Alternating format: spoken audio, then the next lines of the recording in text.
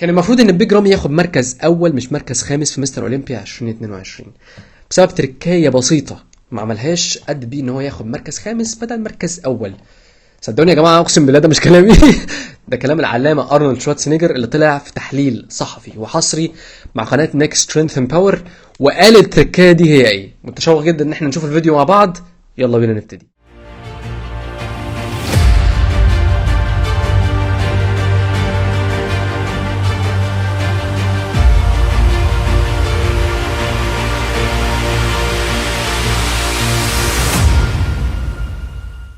السلام عليكم، ازيكم يا شباب؟ ايه الاخبار؟ معاكم ميجو، ده ميجو فات فورمتك في البيت. لو دي اول مره تزور فيها القناه بتاعتي احب اعرفك بنفسي، العبد الله اسمه ماجد، بتمرن في البيت بقالي اكتر من 10 سنين ومختص بالذات في التمارين بتاعت البيت والنيوتريشن من البيت، بحيث اي حد ما عندوش وقت ان هو ينزل الجيم او يتمرن في الجيم ويضيع وقت، فبقول لك يا معلم كل الكونتنت ده ليك انت، بحيث ان انت تتمرن في البيت وتعمل عظمه. كل اللي عليك ان انت بس تعمل سبسكرايب او تشترك في القناه، فعل جرس التنبيه عشان لما انزل لك فيديو يوصل لك الاشعار ان العبد الله نزل لك الفيديو. بصراحه فيديو صادم، انا كنت متوقع ان ارنولد هيطلع يقول ان بيج رامي كان يستحق مركز خامس مركز سادس وات ايفر، بس يكون ان هو يطلع يقول لك كان يستحق مركز اول بسبب تريكايه بسيطه بس، فالموضوع فيه سسبنس عالي جدا. تعالوا نشوف الفيديو مع بعض ونكومنت على كل كلمه العلامه قالها فيه. I have not talked to them, nor do I know who were the judges, but I can tell you that Big Ramy, he could have won again. بيقول لك ان هو ما اتكلمش مع اي حد مع الحكام اللي هم كانوا بيحكموا في مستر اولمبيا، بس من وجهة نظره الشخصية ان البيج رامي كان ممكن يكسب على فكرة لثالث سنة على التوالي وبجدارة. I mean, all he had to do is just stay the same the way he was and, decrease his waist by 1 inch and increase his calves by 1 inch. That's what he had to do all year long.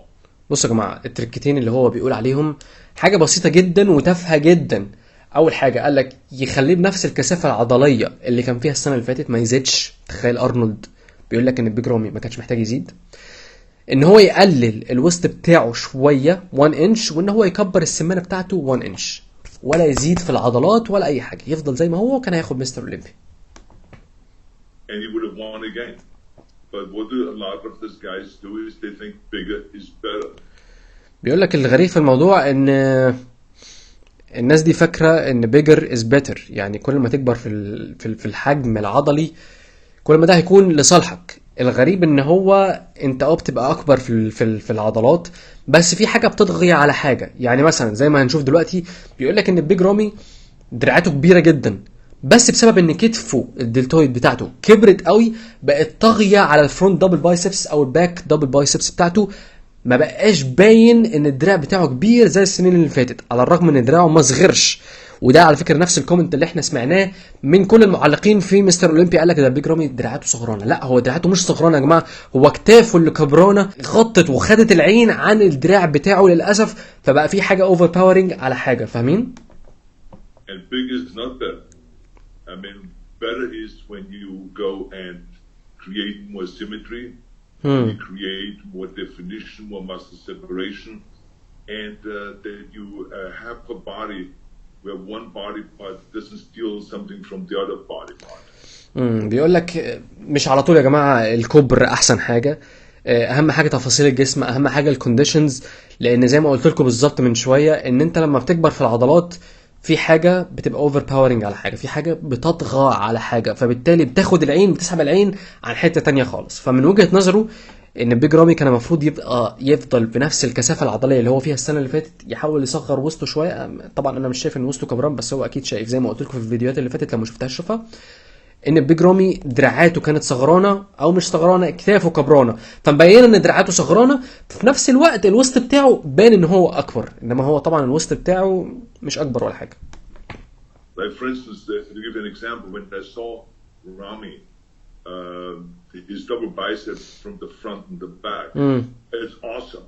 بيقول لك لما شفنا الفرونت دبل بايسبس بتاعته من قدام ومن ورا شكله جبار جدا.